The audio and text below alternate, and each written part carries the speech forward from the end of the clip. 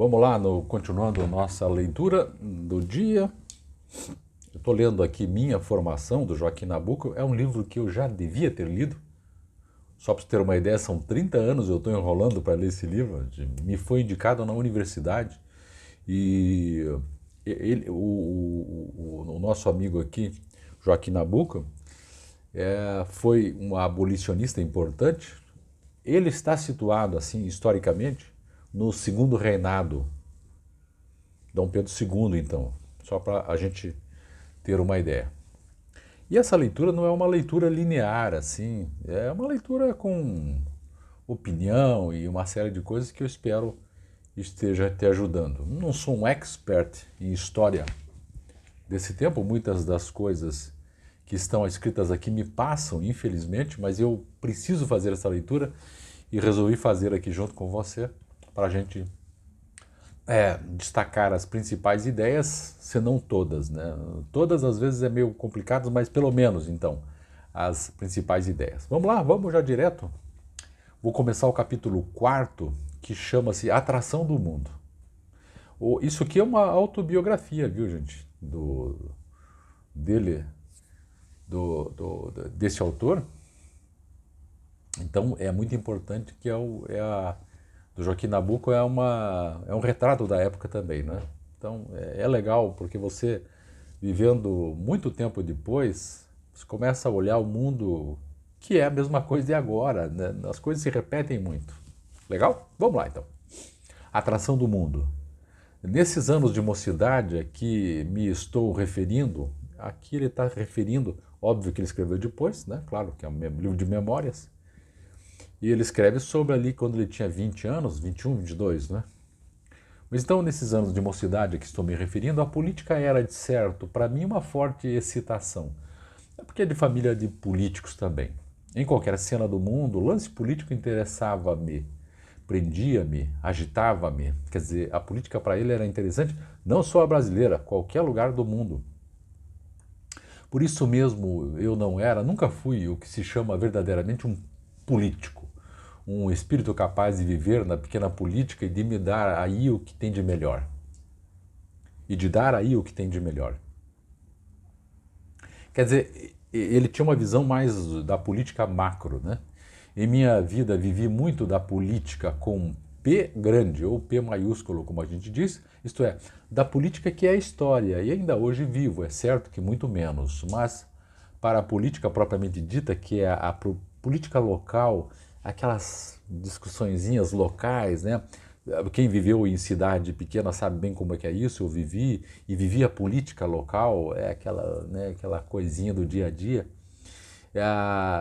E ele vivia, ele está falando sobre a política nacional, de estudo, que é uma coisa bacana, né? Mas ele disse o seguinte, para a política propriamente dita, que ele chama de política mesmo, que é a local, a do país, a dos partidos, tenho essa dupla incapacidade. Não só um mundo de coisas me parece superior a ela, como também minha curiosidade, meu interesse vai sempre para o ponto onde a ação do drama contemporâneo universal é mais complicada ou mais intensa. Ele gosta talvez de ciência política, né? Hoje a gente poderia denominar assim, do que a política propriamente dita. Essa política do dia a dia administrativa. Sou antes um espectador do meu século do que do meu país. A peça é, para mim, a civilização. E se está representando em todos os teatros da humanidade, ligados hoje pelo telégrafo. É a grande invenção da época, o telégrafo. Mal ele sabia, será que esse homem sabia que um dia depois, em 2024, um homem estaria lendo isso e gravando num negócio que nem passava na cabeça dele, chamado internet, que telégrafo, ó, já foi embora faz tempo. Continuando, uma afeição maior, um interesse mais próximo, uma ligação mais íntima, faz com que a cena, quando se passa no Brasil, tenha para mim uma importância especial. Mas isso não se confunde com a pura emoção intelectual. É um prazer ou uma dor, por assim dizer, doméstica, que interessa ao coração. Não é um grande espetáculo que prenda e domina a inteligência. A abolição no Brasil me interessou mais do que todos os outros fatos de que fui contemporâneo. Acho que ele se refere à abolição da escravatura, que é um ato político por excelência, né? O Brasil, se não foi o último, foi um dos últimos a abolir a escravatura. Então, este homem aqui, antenado por conta do telégrafo, sabia o que estava rolando nas capitais, nas principais capitais do mundo, né? A expulsão do imperador me abalou mais profundamente do que todas as quedas de tronos ou catástrofes nacionais que acompanhei de longe. Ah, também teve a época dele ali, o teve o início da República, né? Por isso, não experimentei nenhuma sensação tão cheia, tão prolongada, tão viva durante meses interrompidos como a minha revolta quando se ouvia o canhão da guerra civil no mar e o silêncio ainda pior do terror em terra. Em tudo isso, porém, há muito pouca política.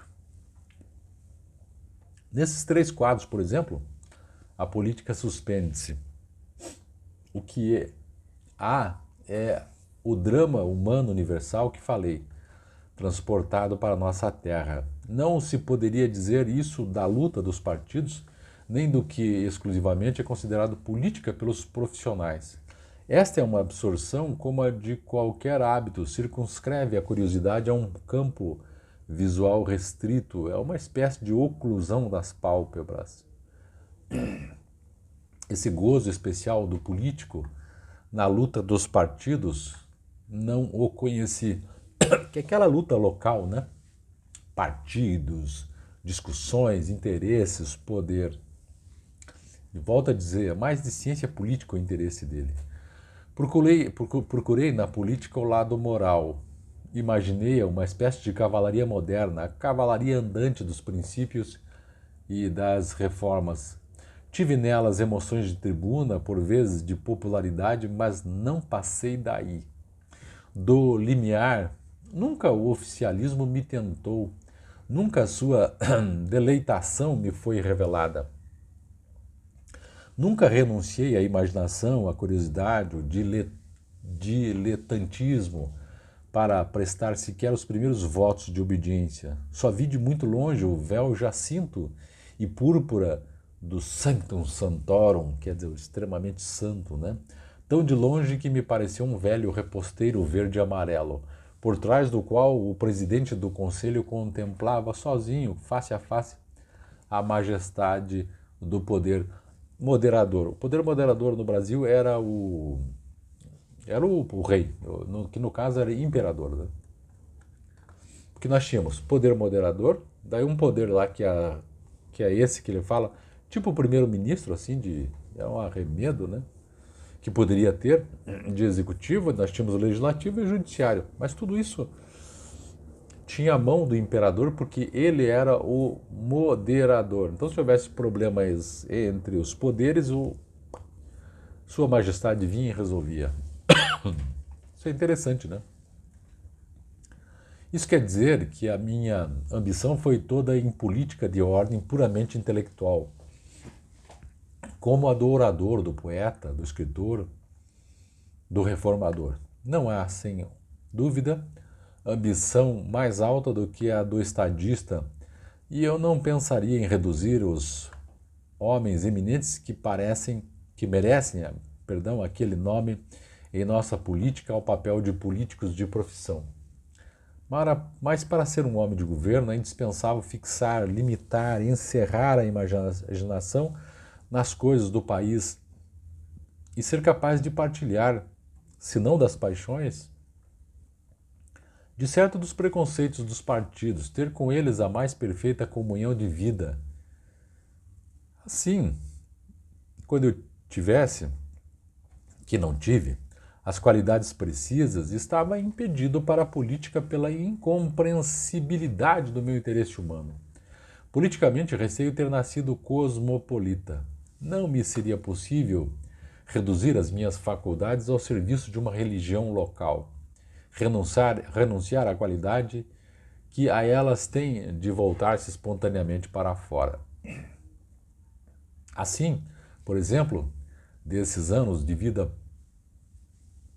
a que me refiro, em 1870, o meu maior interesse não está na política do Brasil, está em Sedan. No começo de 1871, não está na formação do gabinete do Rio Branco, está no incêndio de Paris. Em 1871, durante meses, está na luta pela emancipação. Mas não será também neste ano o Brasil o ponto de terra para o qual está voltado o dedo de Deus? Em 1879, aqui, o que me ocupa o espírito é o centenário dos Lusíadas. Estou então imprimindo um livro sobre Camões e a quem trabalha em um livro, apesar do seu valor literário, como mostrou Teófilo Braga, não sobra muita atenção ou interesse para dar ao que acontece em redor de si. 1873, veja, 1873, a República vem em 1889. Aqui ainda está o Dom Pedro II, né, com o seu comando. 1873 é o meu ano, como disse, de fixação monárquica, mas também o que mostra que a razão amadurece por partes. O ano em que me atiro contra a igreja, contra o furor iconoclasta da mocidade, supondo estar dizendo coisas novas, nunca ouvidas por ela em 19 séculos de luta, pensando que ela vai gemer sob os golpes das terríveis hipérboles que lhe arrojam em panfletos e artigos da Reforma. Teocracia, invasão ultramontana, conquista jesuíta. Aqui ele também está se voltando contra a igreja como bom jovem, né? Apesar disso, o ano de 1873 é, no meu registro, o ano da primeira viagem à Europa. Fato de metamorfose pessoal, que é, em minha vida, a passagem da crisálida para a borboleta. Aqui é a transição dele, segundo o que disse, quando ele vai fazer uma viagem para a Europa em 1873. Vamos ver o que vai rolar, como é que ele volta de lá. Vamos lá. Não posso mais. Se feliz, se infelizmente, é uma questão que me levaria muito longe de deslindar. Mas não posso mais sentir o que senti aos 24 anos, quando pela primeira vez me fiz de vapor. Vapor é o vapor é o transatlântico lá, né? Hoje eu preferiria fazer-me de vela para a Europa,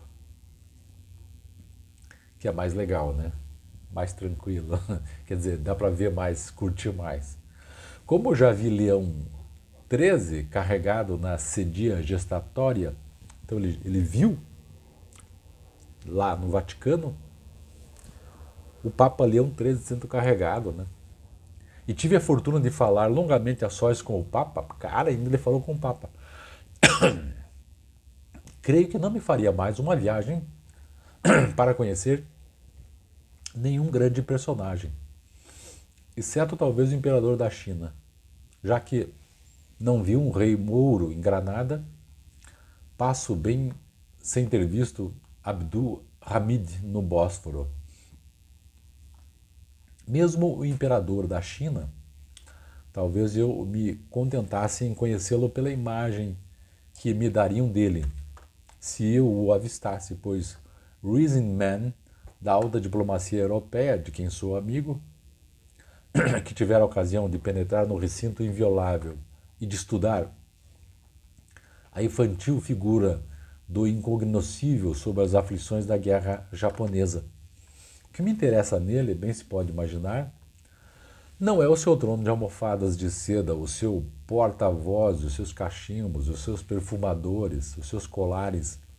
É a originalidade que o envolve, maravilhosa, como o próprio sobrenatural. É a psicologia acumulada de séculos. Ele está falando exatamente da dinastia chinesa, né? Que é bastante importante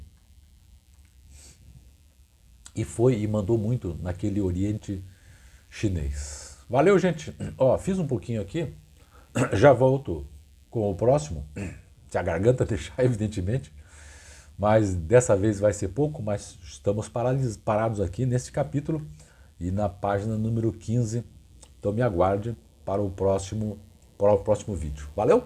Deixe seu recado aqui e deixa o seu like, me ajuda muito. Tchau, tchau. Até mais.